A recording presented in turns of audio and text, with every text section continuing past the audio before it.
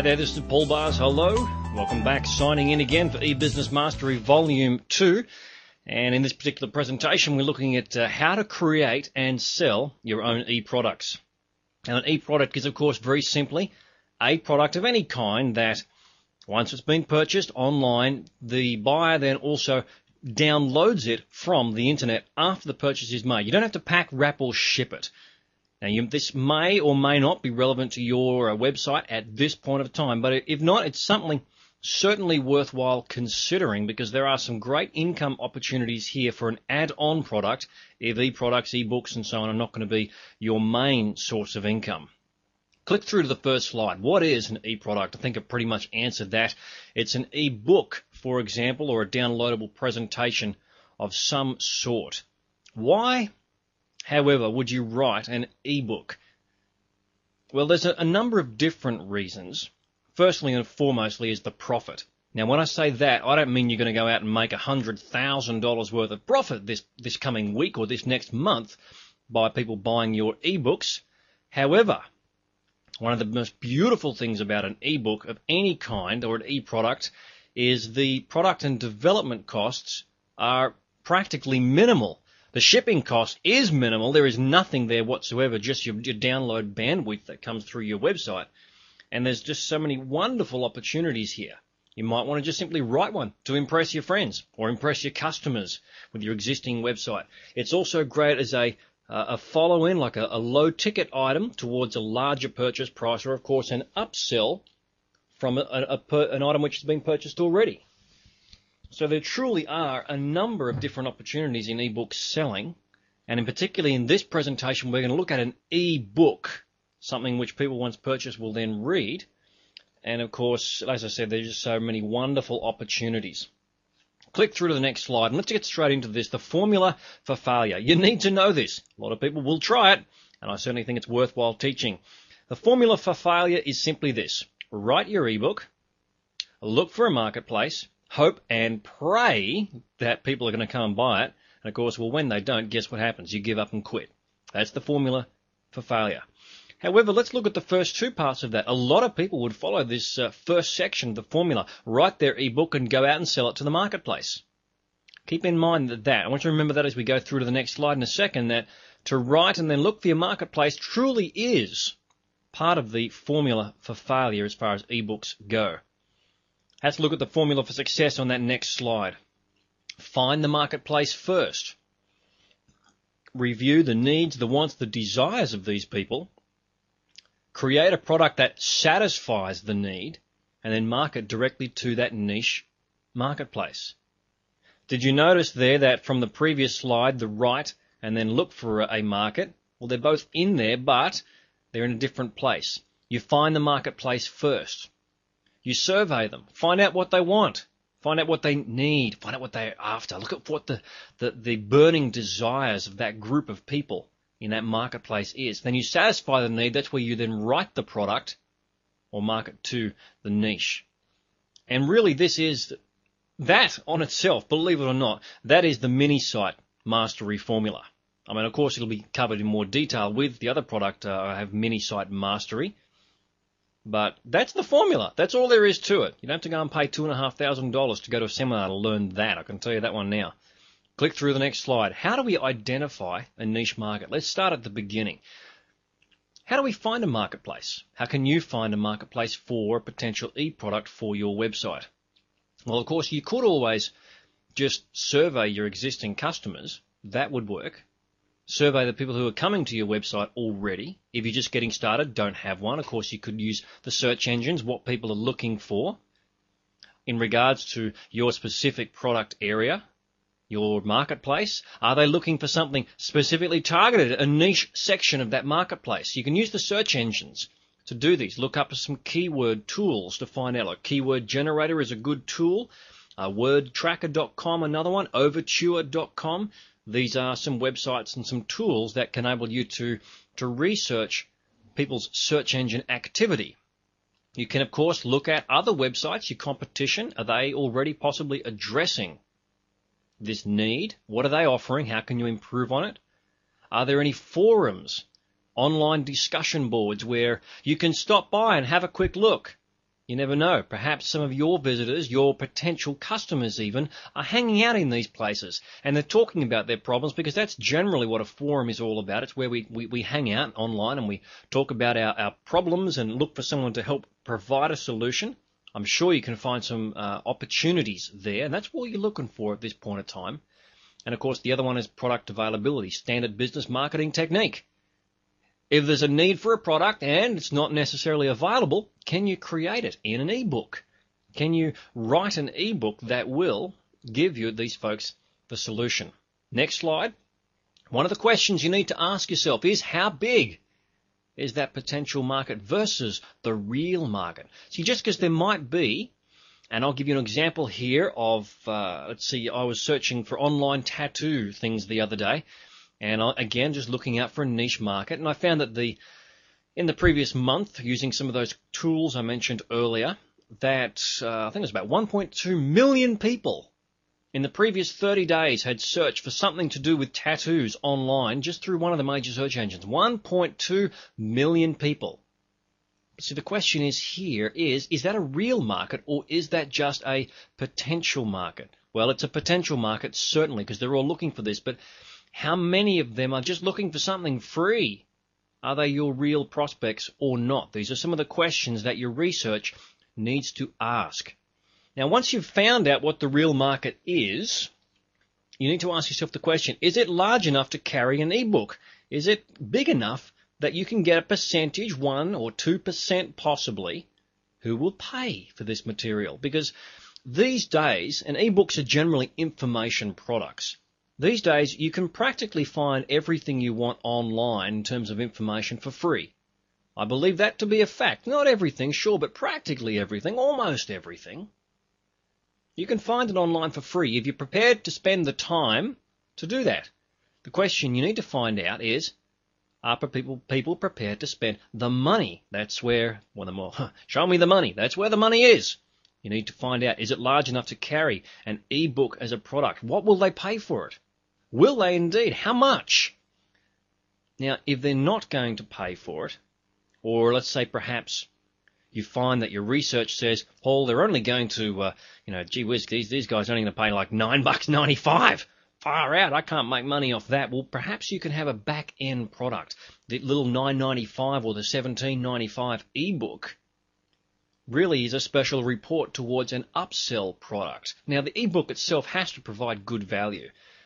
I went bananas at one of these sort of guru marketers a little while back, because he replaced, he put out this, I think it was $39 or $37 or something like that, and it was an ebook special report. Now, the sales copy was really good, and I thought, I'm just going to check this out, find out what it's all about. Got it, downloaded it, read it, was the biggest load of rubbish I'd ever seen, and all it was an upsell for a $2,500 package called the back end. So there's nothing wrong with that formula, except simply this. In that particular case, he had written and was selling a crappy product. So if you're going to do it the back end, you absolutely need to make sure that your content is exceptional. Next slide. Here's a good question. Oh, this is the question we need to know about all of our customers in our business, whether they phone us, walk through the shop front, whether they're referred by a friend, whether we meet them down the local pub, whatever it is. What problems do they face? Oh, boy. You give me the answer to this one, I'll give you $1 million. Look, that is actually possible. You've got to discover.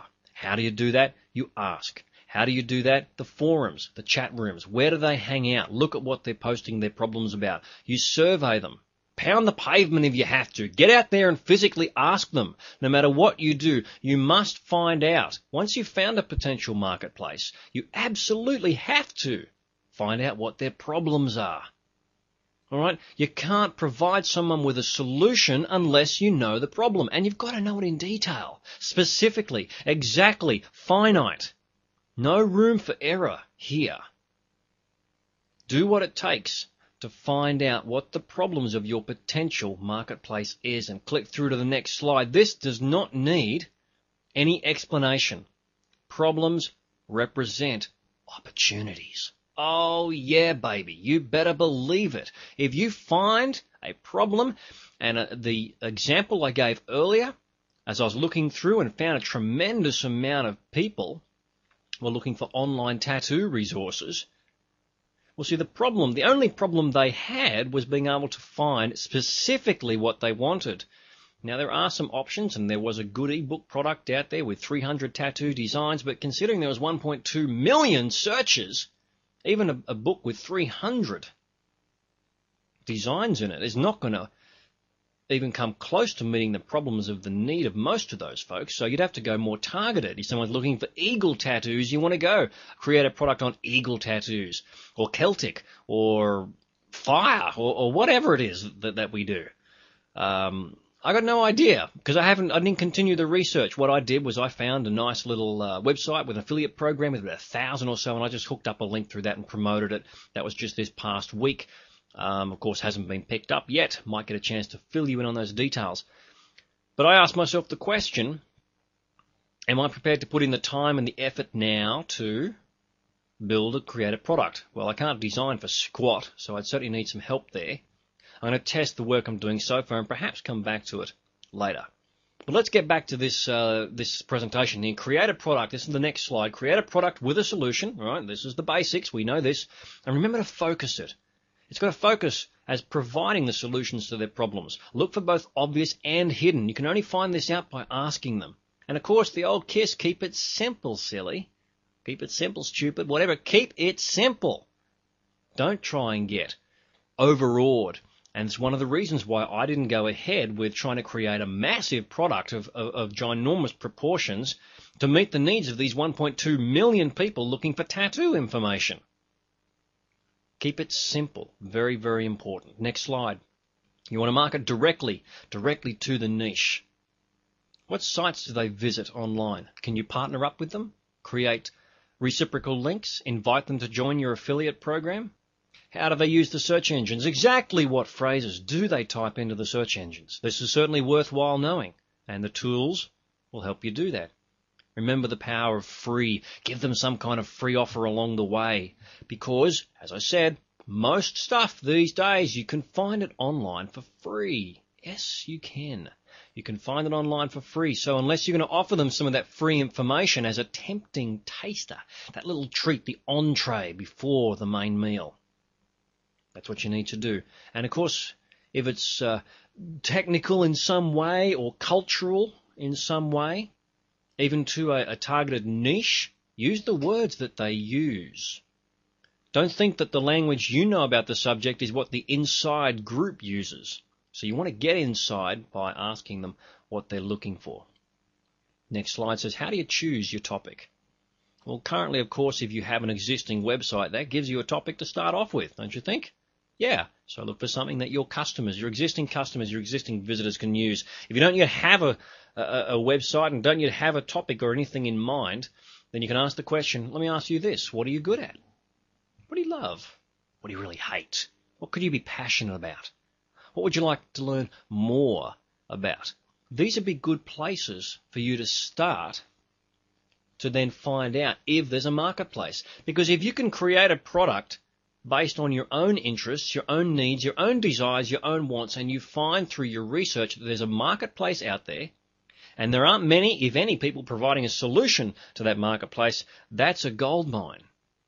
All right? This is what you need to be looking for. Next slide is the strategy. What is the strategy? When you're writing an ebook, what should be in it? Most commonly, it is the how-to approach. How to do this, how to find this, how to get this, how to overcome this problem, how to. Whatever it is, you've got to make sure that it follows the FAST formula. Find answers in a short time. It cannot be a 300-page monolithic beast with one answer delved deeply on page 172, paragraph 5, line 7. No. You want these people, after they've purchased it, to find their answers fast. Some of the motivations, if we look through to the next slide, some of the motivations that you could use also to consider to come up with the strategy, the product ideas, the concept. People love. They love to make money. Oh, yeah, look at all the make money products that are out there. Unless you can find a niche way to get into that, I'd suggest you leave it alone. There's probably enough of them out there, I'd say. How about saving money? Yeah, that's a good one. Saw a wonderful product recently. How to, I think it was, I don't remember the title, but how to run and, do your own wedding on a budget and save thousands of dollars while you're at it. Wonderful little ebook product. How about saving time? It's worthwhile thinking about. I hope that through the training that you're doing with me right now, yes, there is a small investment of time along the way, but I hope that you're getting something from it because it's going to save you a lot of time in the future and reduce effort. Of course, if you can help people reduce their effort, now that's going to be beautiful as well. Let's make it easier for them. Say, hey, what if you could do all of them? I'll make you money, I'll save you money, I'll show you how to save time and reduce effort. Just click here. Wouldn't that be a dream? It really is that simple. And if you click through the next slide, you'll see the more different motivations. People want to gain pleasure. Oh boy, we're motivated so often by the two different things. One is to avoid pain, or two is to acquire pleasure. Now most people, that first slide, of course, is all to do with avoiding pain, and the second one is to do with the acquisition of pleasure. Most people are motivated by the avoidance of pain, something difficult, something challenging in their life. So keep that in mind. We could be looking for greater health, better looks. Hey, but I'm beautiful already. Not everyone thinks that way. More popularity. What can you give them to make them feel better about themselves? Next slide. Okay, here we go. Ready to go. On your marks. Get set. Go. But Paul, I can't write. I got nothing to say. I can't. 100 pages. Give me a break. No way. I can't do any of that. Well, meanwhile, the race is over. It's finished. And you're still on the starting block. Okay, so you can't write. I disagree. Tell me something. Can you speak? If you've got a good story to tell and you're down the pub, as I was a little while back, can you share it with your friends? Of course you can. So when you're writing, you do it the same way. You don't have to have a degree in writing to be able to be successful at this. People don't want to know so much about your grammar. Heck, mine's terrible, isn't it? They don't want to know so much about your grammar, but about your story. What have you got to share? What problem can you solve for them? And you don't have to create something that's a couple of 100 pages long. My goodness, if it was just a dozen or two, perhaps 3, but it solved their problem, now that would be beautiful. That'd be worthwhile paying for. Of course, your pricing point reflects upon that at the same time. Go through the next slide. Here's how we actually do it. Here is how you physically actually do it. And let me just throw in, hang on, before I show you how to do it, a little quick example. This will become, of course, in the mini site mastery section. If you really want to do it fast, you just get a ghostwriter. Someone to do it for you. Tell them what you want. Tell them the problems. Show them, tell them the solution and say, can you write this for me? But for yourself, this is what you do. If you want to actually do this stuff yourself, and I really recommend you do because it can be fun, it can be exciting. One of the biggest challenges we face as a writer is the blank white screen. Well, the white paper. The blue screen. Dum, dum, dum, dum. What do you have to do? Very simply this. You've got to brainstorm. Brainstorm with yourself. Brainstorm with your friends. Brainstorm with your cat if you have to. Hey, it won't give you any bad feedback, will it? Brainstorm. The art of being creative and non-criticizing. So you come up with an idea, and then what you simply do is, what? You begin writing, and you begin writing, and you begin writing, and you keep writing, and you keep writing, and you keep writing, and you keep writing, and you don't stop until it's all written down, all the ideas. I'm not talking about actually writing the product itself now. I'm talking about the ideas, the concepts, the solutions, the problems, how they're going to overcome it. You write, and then take a break. Go away for a while. Then you come back and you review what you've written, and you go through with a scratch pad or pen and you scratch some things out. You shortlist all these bullet points, and that's all you're doing at this point of time is just the bullet points. And then based on the research that you've done in your marketplace and the niche product that you're going to be putting together, you make the decisions. What goes, what stays. That's step one. Really, really simple. Now, click through